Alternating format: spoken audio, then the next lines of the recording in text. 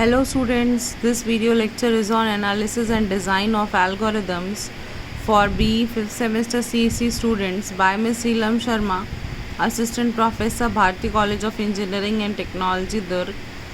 इसके previous video lectures में हम डायनेमिक प्रोग्राम यूनिट नंबर 3 एडा का पढ़ रहे थे, जिसके अंदर हमने टॉपिक पढ़ा था 0/1 नैपसैक प्रॉब्लम।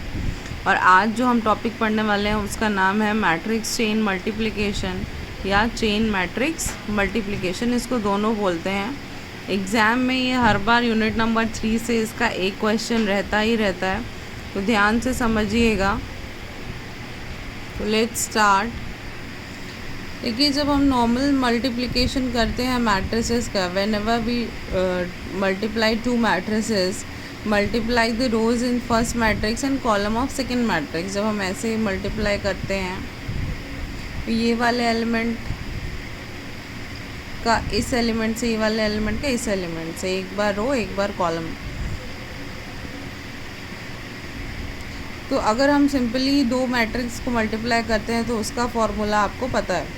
पर अगर हमको एक सीरीज़ ऑफ मैट्रिक्स दे, जैसे कि यहाँ पे A1 A2 A3 dash dash dash AN, ये सारे मैट्रिक्स हैं और इन सब का हमको मल्टीप्लिकेशन करना है, तब हम इस रूल को अप्लाई नहीं कर पाएंगे जो हम नॉर्मल रूल अप्लाई करते हैं, क्योंकि ये जनरली दो मैट्रिक्स के लिए यूज़ होता है।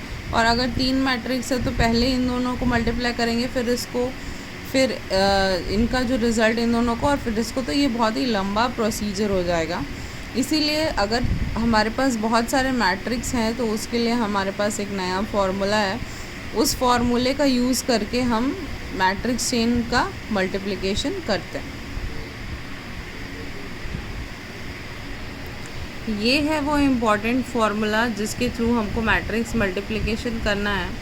पहले ये फार्मूला देख लीजिए, फिर समझाऊंगी कि ये फार्मूला यूज़ कैसे होता है। m of i j minimum of m of i k plus m of k plus 1 comma j plus p i a minus 1 p k into p j, जहाँ पे i की value is equals to j की value है या i की वैल्यू less than j की value. अब जो k की वैल्यू है वो कहाँ से मिलेगी? तो k की वैल्यू जो है वो हमेशा i और j के बीच में वैरी करती है। सबसे इम्पॉर्टेंट यहाँ पे जो फैक्टर है वो k ही है, आगे जब हम पढ़ेंगे तब आपको पता चलेगा। तो k की वैल्यू हमेशा i is less than equal to, i is greater than equal to k और k is less than j। तो k की वैल्यू जो है वो j से छोटी और i से बड़ी या बराबर होनी चाहिए। तो ये उसका बेसिक फार्मूला है। ये फार्मूला अगर आपको याद नहीं रहेगा तो आप मैट्रिक्स चेन मल्टीप्लिकेशन के क्वेश्चन सॉल्व नहीं कर सकते, इसीलिए इस फार्मूले को आप बिल्कुल रट लीजिएगा। नहीं भी रटेंगे तो आपको ये याद हो जाएगा, मैं अभी जब आगे समझाऊंगी तो। यही सिंपल सा फार्मूला है जहाँ पे आई जे की वैल्यू कैसे मिलेगी, के की वैल्यू कैसे हम निकालेंगे, वो अभी हमको आगे पता चल जाएगा। ये मैट्रिक्स चेन मल्टीप्लिकेशन का एल्गोरिथम है, जहाँ पे लेंथ पहले हमने डिसाइड किया, फिर लूप चलाया, फिर डू आई जे को 0 से कंपेयर किया, ये लेंथ निकाली और ये बार बार लूप चलाते गए आई जे आई के प्लस 1 के माइनस 1 जे के लिए। ये उसकी थ्योरी है। मैट्रिक्स चेन मल्टीप्लिकेशन का एक क्वेश्चन तो एग्ज़ाम में रहता ही है, और इवन उसके जो नंबर्स हैं वो भी चेंज नहीं होते, वो भी हमेशा वही रहते हैं।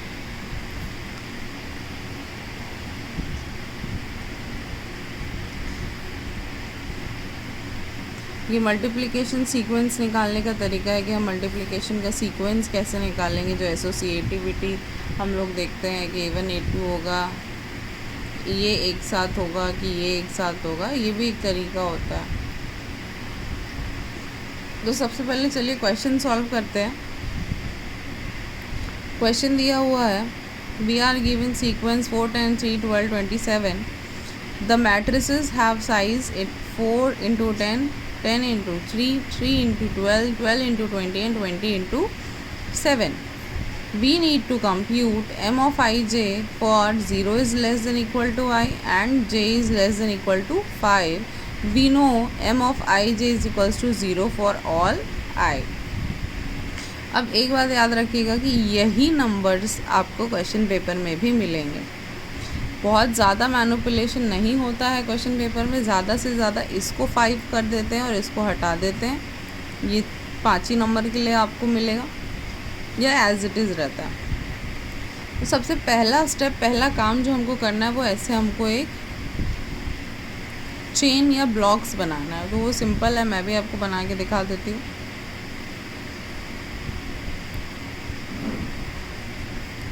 ऐसे करके कितने बनाने हैं? 5, क्योंकि हमारे पास वैल्यू कितनी है? 6। तो जितनी वैल्यू रहती है उससे एक कम ब्लॉक बनाते हैं। जैसे यहाँ पे वैल्यू है हमारे पास 6, तो हमने ब्लॉक्स कितने बनाए? 5। अगर हमारे पास वैल्यू 5 रहती तो हम ब्लॉक्स कितने बनाते? 4। तो हमेशा आपके ब्लॉक्स कितने बनेंगे? n-1। अब उसके बाद यहाँ से 1 2 3 4 5 लिख दीजिए और यहाँ पे भी 1 2 3 4 5 लिख दीजिए। ठीक है, ये हो गया आपका i और ये हो गया आपका j, सॉरी ये हो गया आपका j और ये है आपका i। अब यहाँ पे जो वैल्यूज़ है वो 0 है, ये बोला भी है इसमें, देखिए m of i is equals to 0 या ij। यहाँ पे 1 1 है तो 0, यहाँ पे 2 2 है तो 0, यहाँ पे 3 3 है तो 0, यहाँ पे 4 4 है तो 0, यहाँ पे 5 5 है तो 0। तो ये वैल्यू 0 आप पहले ही भर लीजिए। बचे जो ब्लॉक्स हैं उसमें आपको इनको मल्टीप्लाई करके वैल्यू निकालनी है और ये वो जो फार्मूला मैंने आपको दिखाया था, ये फार्मूला आपको पुट अप करना है। तो यहाँ पर ये सीधा वैल्यूज़ लिख दी गई हैं। इसको कंप्यूट कैसे करना है ये मैं अभी आपको बताती हूँ। हम ऐसे डायगोनली ही निकालते हैं वैल्यूज़। तो सबसे पहले जो वैल्यू हम निकालेंगे वो इसकी निकालेंगे। तो इसकी जो पोजीशन है वो देखिए, i की वैल्यू 1 है और j की वैल्यू 2 है। याद रखिएगा कि ये जो है वो j है और ये जो है वो i। तो हमको यहाँ पे वैल्यू निकालना है m ऑफ 1 2। वैसे अगर इस बॉक्स के लिए निकालना होगा तो ये होगा m ऑफ 2 3।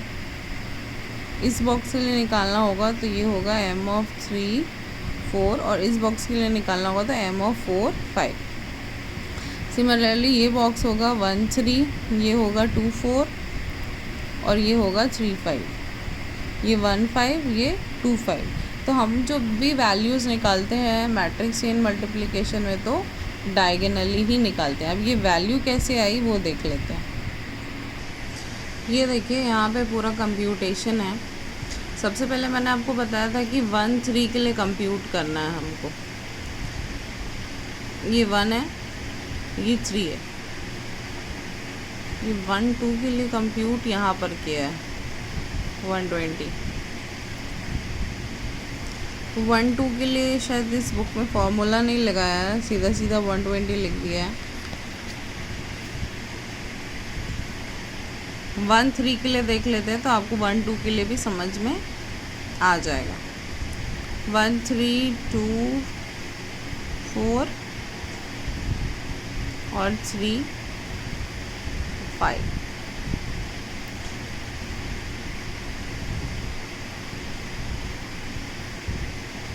तो सबसे पहले यहाँ पर मिनिमम लिखना है, क्योंकि यहाँ पर भी क्या था? मिनिमम था। तो सबसे पहले था i k और k+1 j। तो i की वैल्यू यहाँ पर क्या है? ये i और j है। तो i की वैल्यू यहाँ पर क्या है? 1 है और j की वैल्यू क्या है? 3 है। तो अब k की वैल्यू निकालनी है हमको। तो k की वैल्यू हमेशा कैसे निकलती है? तो i की वैल्यू है 1 और k की वैल्यू है 3। तो या तो k की वैल्यू 1 होगी या तो k की वैल्यू 2 होगी, दोनों में कंसिडरेबल है ये। तो एक बार इस k की वैल्यू को 1 लेंगे और एक बार k की वैल्यू को 2 लेंगे और दोनों लेके सॉल्व करने पे जो हमको मिनिमम मिलेगा हम वही वैल्यू यहाँ पर एंटर करेंगे। तो यहाँ पर लिखा पहले i k, तो पहले लिया 2, फिर ये i k, फिर k+1 j। तो k+1 3 और j की वैल्यू हमारे पास 3 थी। फिर p0 pi-1 pk pj। तो pi-1 क्या होगा? p0, pk क्या है? p2 और pj p3। अब ये जो P1 P0 P1 P2 P3 वो कहाँ से आया, तो हम इन्हीं सारे नंबर्स को P0 P1 P2 P3 लिख देते हैं। ये P0, ये P1, ये P2, ये P3, ये P4, ये P5, तो उन्हीं की वैल्यूज़ हमने यहाँ पर रख दी। अब m ऑफ 1 2 को देखेंगे, m ऑफ 1 2, तो ये 0 है, और m ऑफ 3 3 ये भी 0 है, तो 0 + 0, P0 P2 P3 की वैल्यू है 120, m ऑफ 1 2 120 है सॉरी, और P3 3 0 है, प्लस 4 × 3 × 12, तो ये वैल्यू मिली हमको 264। अब k की वैल्यू को 1 रख के सॉल्व करते हैं, तो यहाँ पे m ऑफ i k तो 1 1, फिर k + 1 j तो 2 3, फिर P0 P1 P3। तो जब इसको ऐसे लेके सॉल्व किए तो m ऑफ 1 1 आप कहाँ से निकालोगे, यहाँ से, तो ये 0 है। m ऑफ 2 3, m ऑफ 2 3, ये वैल्यू क्या है 360 है, प्लस P0 P1 P3 की वैल्यू पीछे दी हुई है, उसको रखे तो हमको मिला 840। अब एक बार हमने k की वैल्यू को 2 रखा था, एक बार k की वैल्यू को 1 रखा था। 2 रखा था तो 264 मिला, 1 रखा तो 840 मिला। तो इन दोनों में से मिनिमम कौन है, 264, तो हम यहाँ पे कौन सी वैल्यू रखेंगे, 264। सिमिलरली नेक्स्ट हम कंप्यूट करेंगे 2 और 4 के लिए, तो यहाँ पे क्या होगा, i की वैल्यू 1 है और j की वैल्यू 4 है। तो अब k की वैल्यू कैसे निकालेंगे, यहाँ पर 1 is less than equal to और इज़ लेस देन 4, तो यहाँ पे देखिए 2 और 3, 1 2 3 तीनों के लिए वैलिड रहेगा। अगर इक्वल टू नहीं भी लेना तो 2 और 3 के लिए तो वैलिड है ही है। तो k की यहाँ पे फिर से 2 वैल्यू निकल के आ रही है, 2 और 3। अब इन दोनों के लिए हमको चेक करना पड़ेगा और इन दोनों में से जो मिनिमम मिलेगा वही वैल्यू हम यहाँ पर पुट अप करेंगे। तो सबसे पहले 3 लिया है, फिर 2 लेके सॉल्व किया, तो 3 लेके सॉल्व किया, इसको फॉर्मूले में रखा तो ये मिला, 2 लेके सॉल्व किया तो फॉर्मूले में रखा तो ये मिला। इन दोनों में से मिनिमम 1320 था, तो हमने यहाँ पे 1320 ले लिया।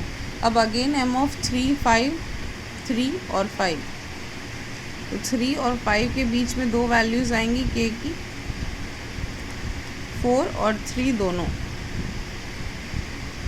तो एक बार यहाँ पे 4 लिया है, एक बार यहाँ पे 3 लिया है, दोनों को लेके सॉल्व किया तो कम वाली वैल्यू को हमने यहाँ पर पुट अप कर दिया। तो ऐसे ही हम चेन में वैल्यूज़ निकालते हैं। अब 1 4 निकालेंगे, फिर 2 5 निकालेंगे। कई बार ऐसा होता है कि हमारे पास k की वैल्यूज़ जो है वो 3 3 हो जाती है। अब देखिए यहाँ पे 3 k की वैल्यू है, 3 2 और 1, फिर तीनों में से जो मिनिमम वैल्यू निकल के आएगी वही वैल्यू हम कंसिडर करेंगे। यहाँ पे भी 3 वैल्यूज़ है, 4 3 और 2, फिर तीनों में से मिनिमम जो है हमने उसको लिया।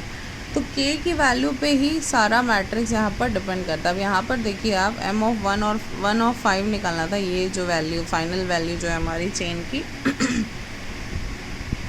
तब हमारे पास 4 थे k की वैल्यूज़, 1 2 3 4, इसमें से जो मिनिमम निकल के आया हमने वो वैल्यू ली। सिर्फ फॉर्मूले में आपको रखना है i और j की वैल्यू आपको ये बॉक्स से पता चलेगी, ये i है ये j है, और k की वैल्यू आपको उसमें से निकालनी है कि कहाँ से कहाँ तक वेरी करेगा, और उन सारे k की वैल्यू को आपको पुट अप करना है और उसमें से जो मिनिमम वैल्यू आएगी वही हम इसके अंदर लिखेंगे। तो फाइनली 1344 मिला, तो ये हमने 1344 लिखा। तो आप इसको डायगोनली ही फिल करिएगा तो वो आसानी से फिल होगा। सिर्फ एक फार्मूला, ये फार्मूला अगर आप याद रखें और k की वैल्यू आप सही निकालें तो ये क्वेश्चन बिल्कुल भी मुश्किल नहीं है। जो भी वैल्यूज़ आपको दी हुई है उसके ऊपर P0 P1 P2 P3 P4 और P5 लिख दीजिएगा। जैसे यहाँ पे वैल्यूज़ है 4 10 3 12 27, 4 10 3 12 20 और 7। ये P0 है, ये P1 है, P2 है, P3 है, P4 है, ये P5, ये आप ऐसे लिख दीजिएगा। उसके बाद यहाँ पर जब ये वैल्यूज़ आती हैं तो आप डायरेक्ट उन वैल्यूज़ को उठा के पुट अप कर सकते हैं। उसके बाद एक और चीज़ इसमें करनी रहती है, इसमें ऑप्टिमाइजेशन करना रहता है और निकालना रहता है पैरेंथेसाइजेशन। उसके लिए भी यहाँ पे फॉर्मूला ऑप्टिमल पैरेंथेसाइजेशन में क्या होता है, each time we find value for m of i j we also store the value of k that we used. If we did this, for example, we would get, यहाँ पे जो bye लिखा हुआ है वो k की values है कि किसकी वजह से हमको ये वैल्यू मिली। तो जब यहाँ पे k इज इक्वल्स टू 1 था तो 120 मिला, जब k इज इक्वल्स टू 2 था तब यहाँ पे ये मिला, 2 था तब ये मिला, यहाँ पर 3 में ये मिला, 4 में ये मिला, यहाँ पर भी 4 में हमको ये वैल्यू मिली। जब हमने k की वैल्यू ये सारी रखी थी तो ये स्मॉलर वैल्यूज़ हमको मिली थी। तो k value for the solution is 2। अगर सॉल्यूशन के लिए हमारी k वैल्यू 2 है तो हम क्या लेंगे, 2 बार पैरेंथाइज करेंगे, एक a1 a2 को ले लिया और a3 a4 a5 को ले लिया। इससे फर्स्ट हाफ डन हो गया। क्यों फर्स्ट हाफ बोल रहे हैं, यहाँ तक। अब नेक्स्ट के लिए जो k वैल्यू हमको दिख रहा है 3 और 5 के लिए, तो उसके लिए क्या है 4। k की वैल्यू मैक्सिमम क्या आई, यहाँ पे k की वैल्यू मैक्सिमम जो यूज़ हुई थी वो 2 थी। अब नेक्स्ट जो k की वैल्यू वो यूज़ हो रही है वो क्या है 4। तो अगेन हम पैरेंथेसाइजेशन कैसे करेंगे, 4 टाइम्स हमको करना पड़ेगा। तो 4 टाइम्स की हमारी वैल्यूज़ भी होनी चाहिए। तो हम a1 a2 a3 a4 और a5 को अलग छोड़ देंगे। तो जो हमारा ऑप्टिमल पैरेंथेसिस सॉल्यूशन बनेगा वो ऐसा ही बनेगा। तो ये आपका k की वैल्यू पर डिपेंड करता है। लोग इसको बोलते हैं मुश्किल है, पर अगर आपको ये फॉर्मूला पता है और आप k की वैल्यू सही निकाल रहे हैं और सही पुटअप कर रहे हैं वैल्यूज़ को इन मैट्रिक्स के थ्रू, तो आपसे बिल्कुल ये क्वेश्चन बनेगा। और इसको अच्छे से पढ़िएगा, कोई डाउट है तो पर्सनली पूछिएगा, क्योंकि ये क्वेश्चन हर बार एग्ज़ाम्स में पूछता ही है। Thank you.